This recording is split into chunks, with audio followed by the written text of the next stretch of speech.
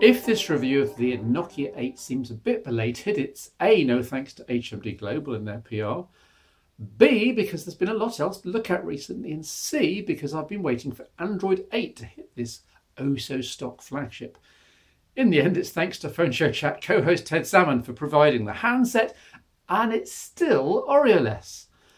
But I wanted to get this last review up before Christmas, so here are my thoughts.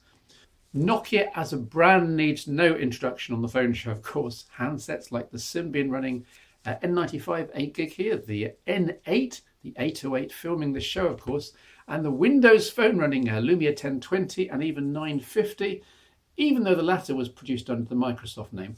All camera-centric flagships that won my heart and those of many viewers to this show. And after a fresh start but running Android, the Nokia brand is back, retrofitting an underwhelmingly boring form factor with a few of the tech, licenses and patents still owned. So we get glance screen, already copied by Samsung and Google, among others, a set of Zeiss lenses here in the cameras, and high quality audio capture using Nokia's Ozo expertise. That's kind of it though. No Xenon flash, no clear black display, no pure view oversampling or zoom, no replaceable battery. And it becomes evident quite quickly that this is 80% Android reference design and only 20% Nokia DNA. But that might be enough with the benefits of a Snapdragon 835 chipset, 4GB of RAM, 64GB storage plus microSD QHD display, and a pure stock Android experience with bang up-to-date security. What more could you want for well under £400 now? Actually, now you ask, I'd like smaller bezels. The top one is large, the bottom bezel is enormous, and there are no stereo speakers to use as excuses. The result is a 5.3-inch display in the form factor of what you'd expect to have a 5.5-inch display or above. For example, my ZTE Axon 7 here. And that also has the big stereo speakers. It's not clear what Nokia is doing with the space inside the bezel, so you have to chalk it down to less advanced smartphone design overall.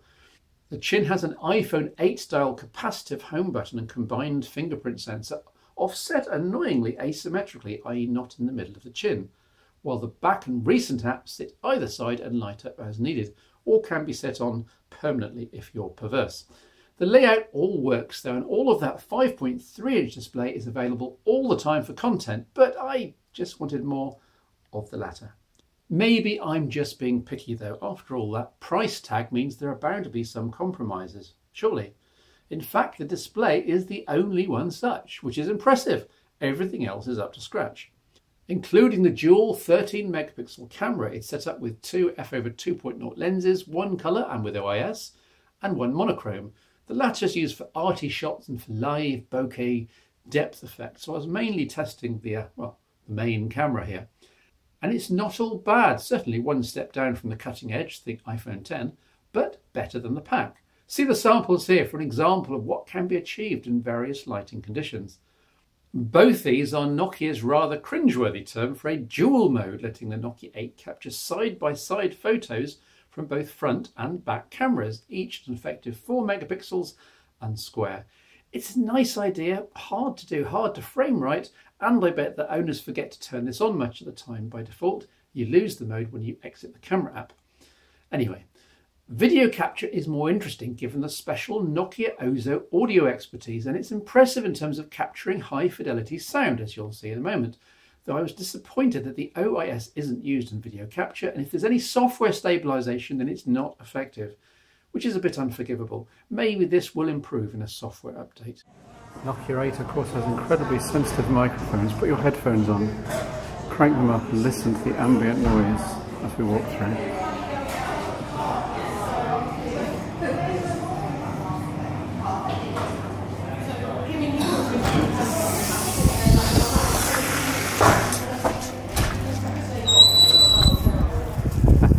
Painful squeak and all. Amazingly high quality audio. It's almost as if you were there. Terrific sound capture then, though I tested it in very quiet environments. And there's still significant noise added into the mix. I was comparing to the Nokia 808 shooting this video, and the latter's noise floor is still much lower. At the very least, I'd have expected some audio noise gating from HMD and the drivers. It's not difficult to do. The mono speaker on the bottom is average, tinny and nothing special. Here is a demo.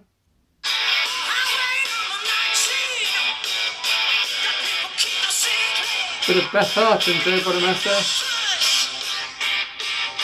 I know that's a harsh guitar tone, but so is the speaker. Why this doesn't at least have the faux stereo setup from the Nokia 6, I just don't know. It's as if Nokia hasn't even tried to complete the 8's design here, letting the speakers reproduce what the microphones can capture. Battery life is very decent with a 3090 mAh cell fed up to quick charge 3.0 speeds over USB Type-C. Add in Bluetooth 5 and NFC for Android Pay, and you can see there's a lot going on here for this Nokia flagship at more of a mid-range price. In terms of OS, it's a very stock build of Android 7.1.1. Again, 8.0 is expected very soon. But with up-to-date Google security fixes, November 2017 here and December's bundle again imminent. Application extras are minimal over Google's core Android set, but they do include Deezer, a music streaming and podcast app, eBay and Amazon Prime Now, while the interface is all but identical to the Google Pixel launcher. At which point comparisons to last year's, i.e. 2016's Google Pixel, are relevant, since the phones are very similar indeed. The Pixel didn't have the dual camera or higher fidelity microphones, but it did have the HDR Plus imaging software, so honours are roughly even overall. The Nokia 8 started at £500 or so at pixelish prices, but it's already down to nearer £350 here in the UK, and that makes a whole lot more sense. Even more interesting is the comparison between this Nokia 8 and this year's, i.e. 2017's Pixel 2, since the latter lacks the headphone jack seen here on the 8 and lacks the stereo audio capture. It does add stereo speakers, admittedly, but it does make the Google phone arguably the second-class citizen, despite costing at least £200 more. So overall then, the Nokia 8 is a case of a fast and capable phone that is now priced very competitively, yet which has just the one solitary unique selling point. The Ozone microphones do live up to their billing, but they're really just a capability slapped onto something that's ultimately quite boring and ordinary. Yes, saying that an Android flagship with high specs is ordinary seems like a misnomer, but that's where we've got to in 2017. The bar is set high across the board, and the Nokia 8 only peaks with a single niche bullet point. Still, if you're looking for a Pixel-like phone, then this is a cheap way to get it, and keep microSD, and keep the headphone jack into the bargain. I wanted to fall in love with Nokia again, but this half-hearted flagship attempt merely elicits a thumbs up. Certainly nothing to dislike or hate though in the Nokia 8. Well worth considering.